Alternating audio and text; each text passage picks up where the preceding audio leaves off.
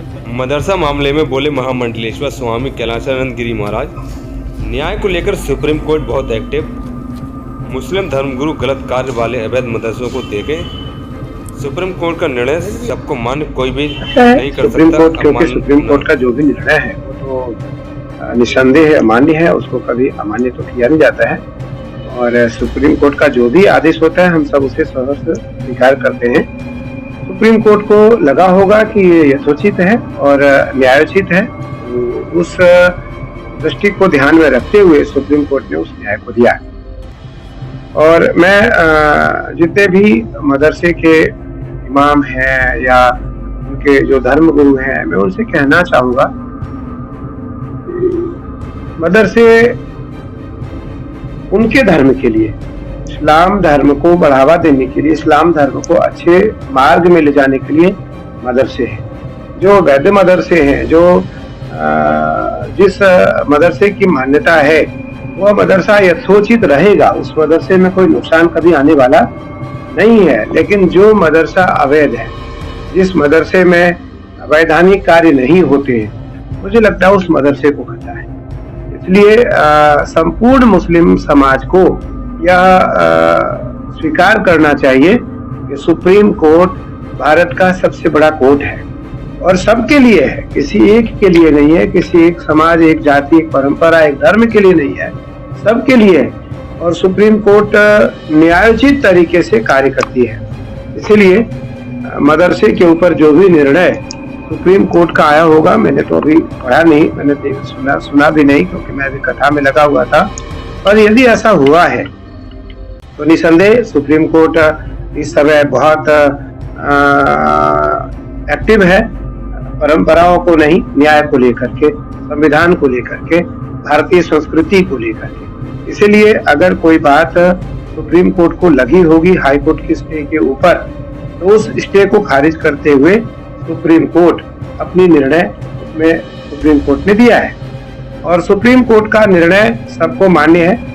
कोई भी व्यक्ति ऐसा नहीं है जो सुप्रीम कोर्ट की मानना को अवमानना कर सकता है, सुप्रीम कोर्ट के न्याय को चैलेंज कर सकता है। महाराज जी, एक भारतीय जनता पार्टी और राष्ट्रीय स्वयंसेवक संघ योगी जी, मोहन भागवत जी, उनके स्तर से एक सनातन एकता का एक उद्घोष किया गया राजनीतिक मंचों से। उसमें कहा गया बटोगे तो पटोगे। इस बात पर दूसरी पार्टियों ने कुछ और पलटवार किया है और एक नई राजनीतिक बहस, एक नया राजनीतिक विवाद शुरू हुआ है। क्या कहना चाहिए? देखिए, सरसंघ चालक जी और योगी आदित्यनाथ जी दोनों ने जो बात कही, वो बात आज के 5000 वर्ष पहले भगवान कृष्ण ने कही है गीता में।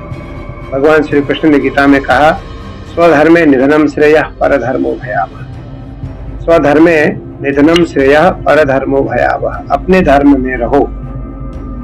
उन्होंने ये तो नहीं कहा कोई मुसलमान हिंदू बने, उन्होंने ये तो नहीं कहा कोई क्रिश्चियन मुस्लिम हिंदू बने, उन्होंने ये तो नहीं कहा कोई बौद्ध हिंदू बने।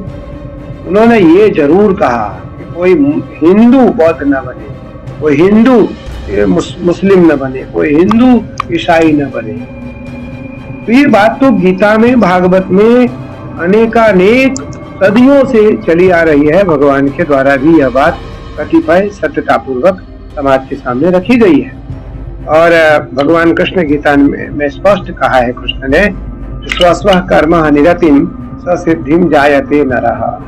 जो अपने अपने कर्मों को सिद्धि पूर्वक करता रहता है उसको सिद्धि मिल जाती है। अर्थात जो जिस धर्म का है वो उस धर्म में अडिग रहता है, तो निस्संदेह वो बहुत वजनी हो जाता है, उसका वजन बहुत भारी हो जाता है। इसलिए योगी आदित्यनाथ जी ने, मुख्यमंत्री उत्तर प्रदेश योगी आदित्यनाथ जी ने, मेरे अत्यंत प्रिय मित्र हैं, भाई है मेरे।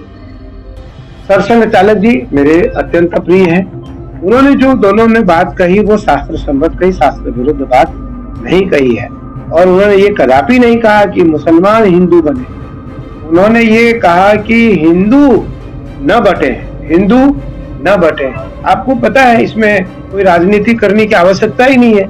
जिसकी संख्या अधिक रहेगी राज वो करेगी, जिसकी संख्या कम रहेगी राज उसकी चली जाएगी। तो इसलिए भगवान कृष्ण बार बार अर्जुन को कहते हैं, अर्जुन युद्ध करो, युद्ध करके अपने राज्य को वापस लो, युद्ध करके अपने श्रेय को वापस लो, अपनी परंपराओं को वापस लो। जो आतताई बढ़ा रहा है, जो आतताई है, उसका वध करो, मैं तुम्हें आदेश कर रहा हूँ। तो भगवान कृष्ण की यह वाक्य है।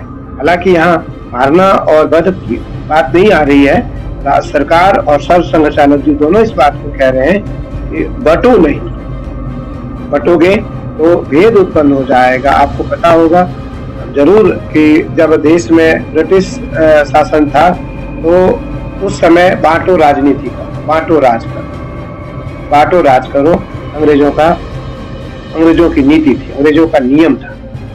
इनको तोड़ो और राज करो। उनको पता था कि ये संगठित होंगे तो राज नहीं कर पाएंगे, तो ये संगठित होंगे जिन पे सत्ता हासिल नहीं कर पाएंगे, ये संगठित होंगे जिनका अधिकार नहीं हो पाएगा। इसलिए संगठित रहना अत्यंत आवश्यक है, जिसको सरसंघ चालक जी ने और आदरणीय योगी आदित्यनाथ। गुरु जी, प्रयागराज कुंभ में जिस तरह से मुस्लिम गैर मुतलकी जिनसे किसी तरह का कोई व्यवधान है वो होने की आशंका जताई गई है। अखाड़ा परिषद और सम्मानित संत समाज ने एक आवाज उठाई है, इस तरह का एक अवरोध का है, उन्होंने ये नहीं होना चाहिए, उस पर क्या कहना चाहिए? देखिए, ये बात नहीं आई है कि मुस्लिम का प्रवेश वर्जित होगा, मुस्लिम का प्रवेश वर्जित नहीं होगा, ऐसा नहीं कहा है कि मुस्लिम प्रवेश नहीं करेंगे। अराजक तत्व के लोग प्रवेश नहीं करेंगे। जो अराजक तत्व के लोग हैं वो प्रवेश नहीं करेंगे। जो भोजन में, परंपरा में, मेले में, भीड़ में और धर्म में दखलंदाजी कर सकते हैं, धर्म में वो अड़चन ला सकते हैं, कुंभ मेले में कोई व्यवधान उत्पन्न कर सकते हैं। करोड़ों लोग आएंगे वहाँ, करोड़ों करोड़ लोग आएंगे, तो करोड़ों करोड़ लोग वहाँ आएंगे। अगर वहाँ एक भी अराजक तत्व का व्यक्ति आ गया और किसी चीज में वो बम भले ना दगाए, लेकिन वो दूध में, सब्जी में, मिठाई में, खान पान में, टेंट में, परंपराओं में कोई भी मिलावट कर सकता है। तो उस समय करोड़ों की संख्या में साधु, करोड़ों की संख्या में वहाँ अनुयायी रहेंगे, भक्तजन रहेंगे। तो इसलिए हर चीज की जो जांच है, हर चीज की जो टेस्ट है वो नहीं हो सकता। तो इसलिए वहाँ अराजक तत्व के जो लोग हैं उसका प्रवेश वर्जित करने के लिए अखाड़ा परिषद ने आग्रह किया मेला प्रशासन से, और चिन्हित करने के लिए भी आग्रह किया है। और मेरा भी मेला प्रशासन से और अखाड़ा परिषद से है, निसंदेह ये होना चाहिए कि हम आचार्य हैं, हमारे कैंपस में दुनिया के सभी लोग आएंगे, छोटे बड़े सभी लोग आएंगे, तो उस समय कोई व्यवधान न हो, हम किसकी रक्षा कर पाएंगे उस समय। तो उस परिस्थिति में कोई ऐसी घटना, दुर्घटना न हो, इसके लिए पहले से ही हम सतर्क रहें, शासन प्रशासन सतर्क रहे। उसको लेकर के यह नियम लागू होने का विषय चल रहा है, और मुझे लगता है ये चालू होना चाहिए, लगना चाहिए।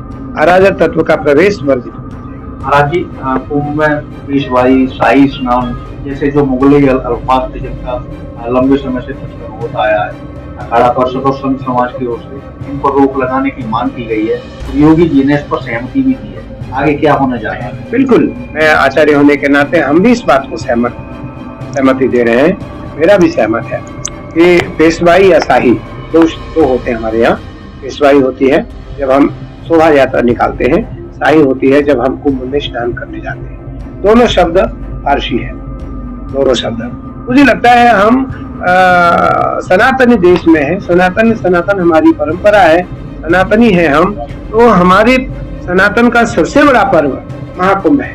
सनातन का सबसे बड़ा महापर्व कुंभ है, और उस कुंभ के महास्नान में उस स्नान का नाम शाही रखा जाए, उस यात्रा का नाम पेशवाई रखा जाए। निस्संदेह इस पे संशोधन चल रहा है, और बहुत शीघ्रातिशीघ्र सभी विद्वानों के साथ बैठ करके दोनों शब्दों का संशोधन